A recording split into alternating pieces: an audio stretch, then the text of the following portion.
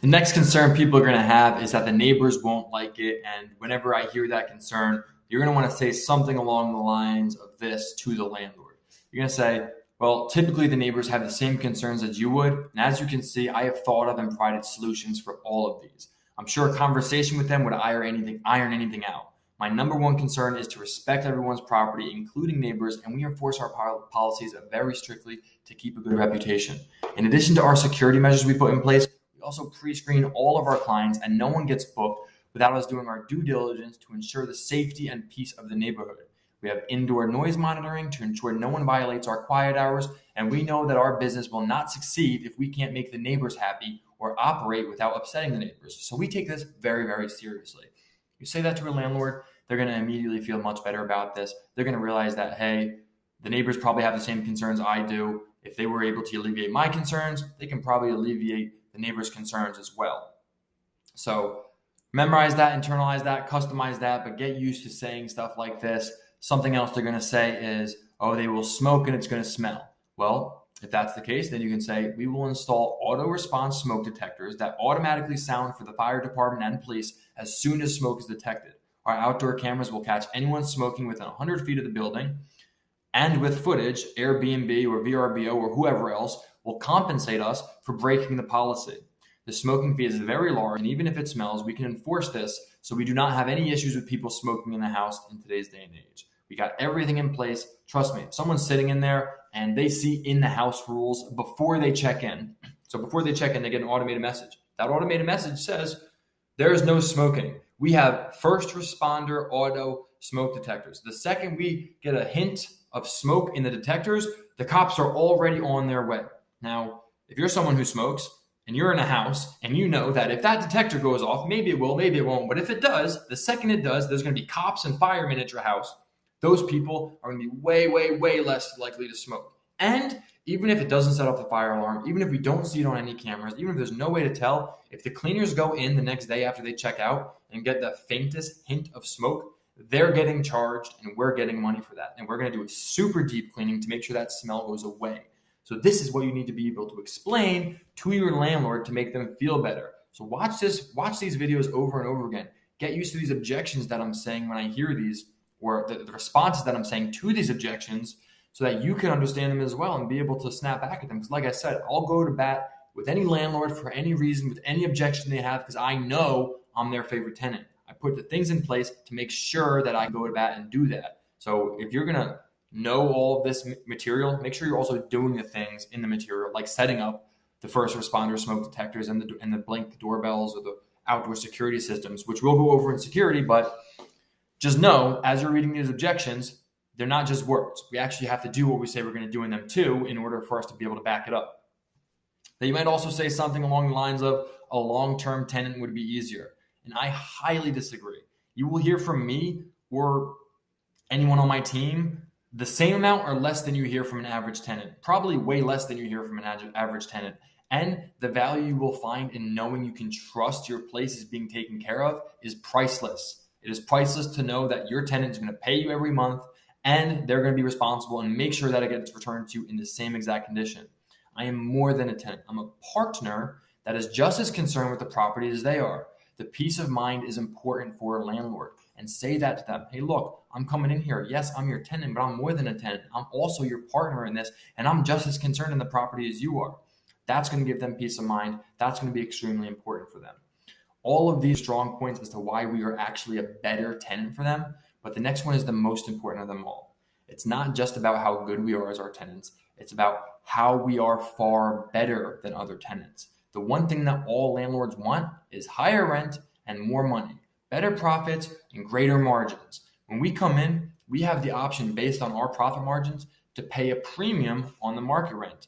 Come to a negotiation ready to pay a 10% premium on what's asking, and you immediately put yourself in a leveraged position. This alone is more than enough to jump to the front of the line on a list of applicants and can be a strong hook to mention in emails or calls with leasing agents or any decision makers who you're speaking to.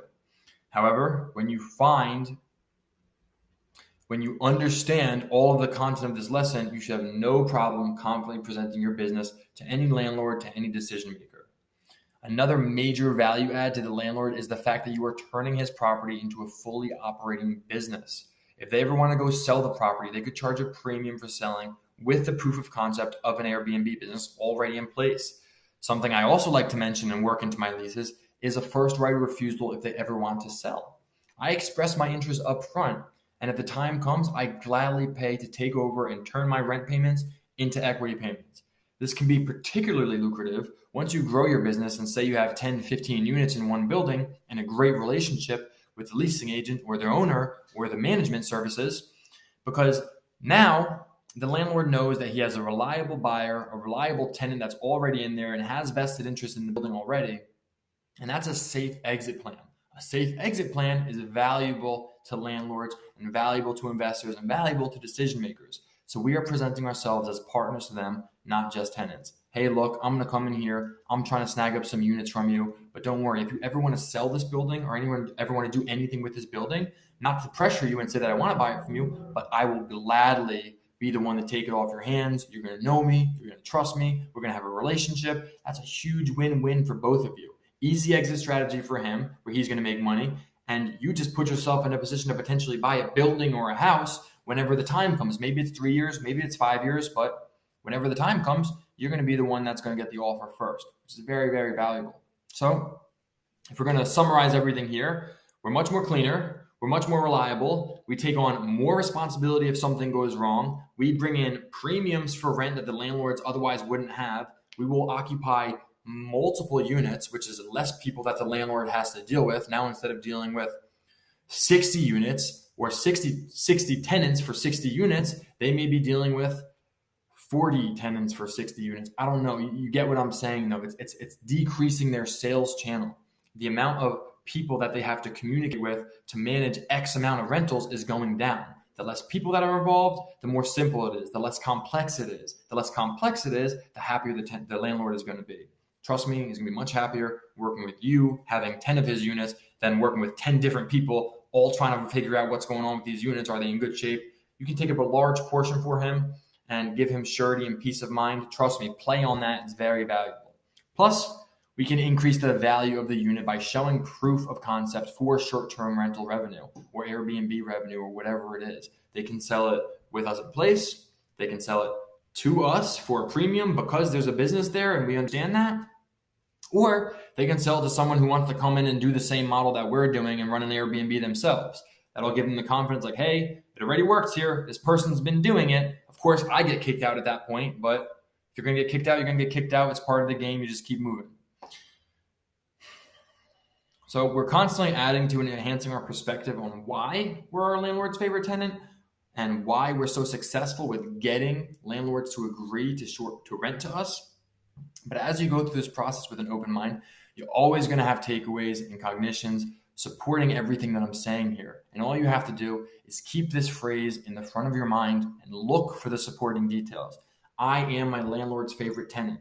Keep that in your mind. And as you go through this process, you're going to see things that support this, like I did. Like all of these things that I just mentioned to you, we're cleaner, we have security, the indoor noise monitoring to make sure that we don't go too late, the business, the offering a premium, the first right of refusal, the giving them an exit strategy. All these things are things that I thought of once I internalized that I'm going to be my landlord's favorite tenant. I made a decision, I'm going to be my landlord's favorite tenant. And once I made that decision, I started to see all of these things that support what I'm saying. They start coming into you. That's how life works. You say what you want. I want to be my landlord's favorite tenant. And then you start getting ideas and real life circumstances that you can support that with. So listen to these lessons about being your landlord's favorite tenant over and over again until you truly understand them. It's very, very important that you know and understand and can competently and confidently and genuinely say this to a landlord, because you're going to have to. Any one of these objections could come up at any point in time, and you got to be able to right away know what they're talking about, know what their concern is, and alleviate the concern and know the solution. Literally, by the time I hear 3 words about a landlord's concern, I already know the response. Oh, but what about parties? Boom. The second I hear that, automatically I know what to say to these people. I know exactly what I'm going to go over all of my security systems for them, make them feel comfortable, and move forward. Listen to all these over and over again internalize them. And once you feel like you've internalized these and you can really explain why you are your landlord's favorite tenant, then you might want to start getting on the phone with people and actually telling people why you're going to be their favorite tenant. It's going to go a really long way for you. And you might want to practice this with a spouse, a brother, a sister, a friend, anything like that. And just say, hey, let's play devil's advocate. I'm going to tell you I'm going to be your favorite tenant, and I need you to question me. Have someone actually question you and see if they can beat you on this.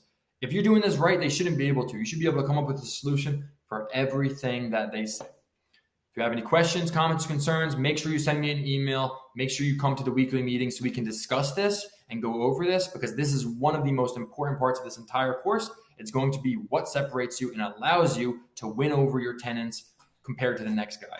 See you guys in the next lesson.